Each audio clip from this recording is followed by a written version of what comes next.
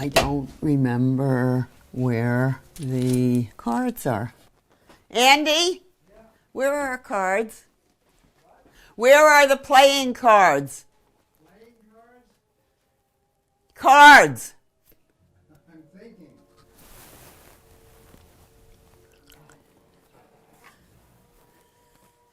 Should I sit down at the computer? Yes, please. I've already lost. Maybe not. See, you're making me nervous. It's a high stakes game and you're just screwing me up terribly. All right, what solitaire does is clear the mind. It's nonverbal. It's just a way to clear thoughts. But now that you've got me started, I guess I've got to continue, right? So in 1968, Ann Arbor was segregated, and there was a colored section of town. In pressuring city council, there was a sit-in, and we were arrested. We had to go before Judge Francis O'Brien, whose sentence was 5 days in jail or $25 fine. And I said, okay, 5 days in jail. Part of the motivation may have been getting away from 5 little kids, maybe. When I came to Ann Arbor, I heard about this person, Ruth Zweifler. She was already a legend. Ruth Zweifler is one of my heroes. Ruth is a tough, smart, kind, and generous human being. She's fierce and fearless, the ultimate advocate. One who was committed to a cause, a real crusader for justice.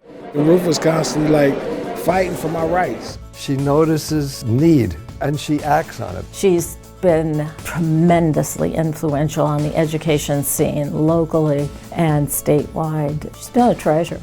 That's who she is, and she's great.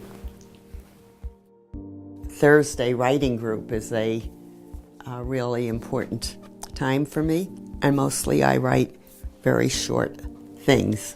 And this, because, we haven't really talked about kids, which is my passion. Children are the hearts we wear outside our bodies, and no ribcage guards. During the tumultuous 60s, there was a lot of concern on the part of many people about how poor and black children were being treated. Community members of the NAACP were starting to gather in 1974 just out of concern about how particularly African American students were faring in their local schools. They were concerned about disproportionate discipline, about achievement issues, and just in treatment, honestly, equity issues. We were underestimated as African Americans, as black people, black kids. I can remember being in class, raising my hand. I can't recall one time that the teacher chose me to answer the question. My parents and Ruth worked together to form the Student Advocacy Center. She had this great idea about studying the reasons why black students weren't achieving, the education gap, the disparate expulsions and suspensions, and the challenge for the Student Advocacy Center has always been, how do we get these children back in school? And if we can't get them back in school, how do we get them educated? Education requires a lot of more elements than a book and paper. Everybody don't learn the same. People tend to think that when kids get in trouble in schools, the kids are always wrong and teachers and administrators are always right. One of the things I've seen from the Student Advocacy Center is that they help amplify the parent and the student's voice. Not to speak instead of, but to assure that their voice will be heard. To ensure that student rights are protected. Next thing you know, Ruth Zweifler is literally driving all over the state, helping students. In the beginning, we were certainly looked at as antagonists. We were a little fearful because her reputation was out there that she takes no prisoners. There was always that feeling of Ruth is watching. She's willing to stand up, even if that means it might not be popular or someone might be angry with her. That didn't matter. What mattered is the student being heard and getting what they need. You wouldn't want to be on the wrong side of Ruth Zweifler, I don't think. Does he talk too fast? We're all invasive species, because I'm bored. I need a job. So arrogant. Right now it's very hard to have faith in humans. The local paper is published twice a week. Pretty terrible. It's just so stupid.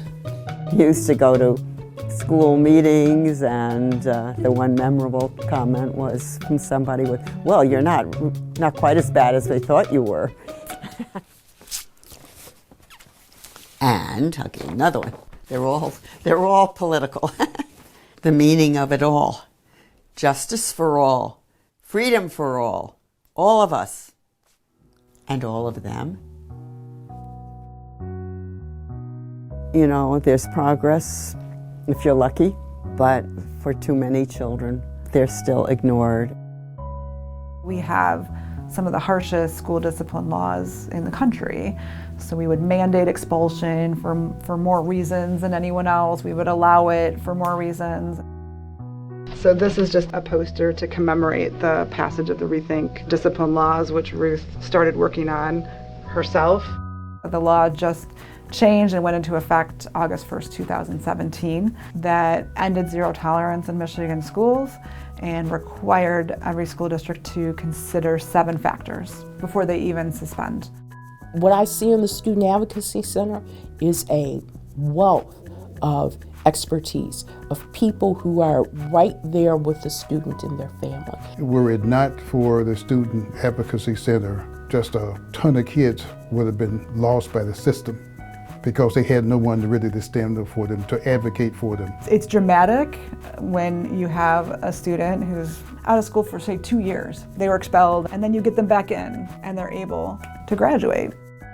It makes me feel wonderful. I love that it's really established. Peri has really guided it into a real presence. It's grown. We've been able to expand the number of volunteer advocates, so we also have a broader reach of folks where we actually have advocates that can go to meetings. So that started with her vision of, we can't just help people in Ann Arbor, this is going on all over, and how do we do that?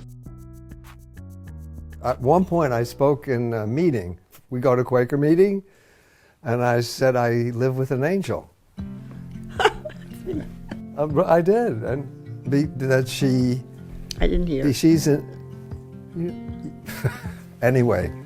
Ruth changed my life by believing in me, by challenging me to stand up for what's right. She always stood on the side of what's right and what's good for young folks. I love seeing her leadership because it says that women can have their ways of leading and be tremendously successful. And I think if anything I learned from Ruth, it's keep fighting. You're in charge of making the world you want to see. And if you see something going wrong, you got to fix it. And I just think that she's been one of the greatest activists for social justice in our area in terms of trying to save our young folks. It's going to be hard to emulate her. Ruth has just been such a good friend to me and a mentor to me and an encourager over the years, and so I'm just so grateful for her. She means a lot to me, and I don't think she'll ever know how much she means to me. Sorry, I didn't want that to happen. I love her. She has been such a major influence on me that I would not have had the life that I did without her. I learned a lot from her. There's a lot of stuff that I don't think I ever would have gotten into or done without her. So. I don't know how, I don't know. I mean, it's I think children are the hope, and being careful and respectful of all children and listening to what they're saying, not how they're saying it, I think is very important. I hope, to see a better world, huh?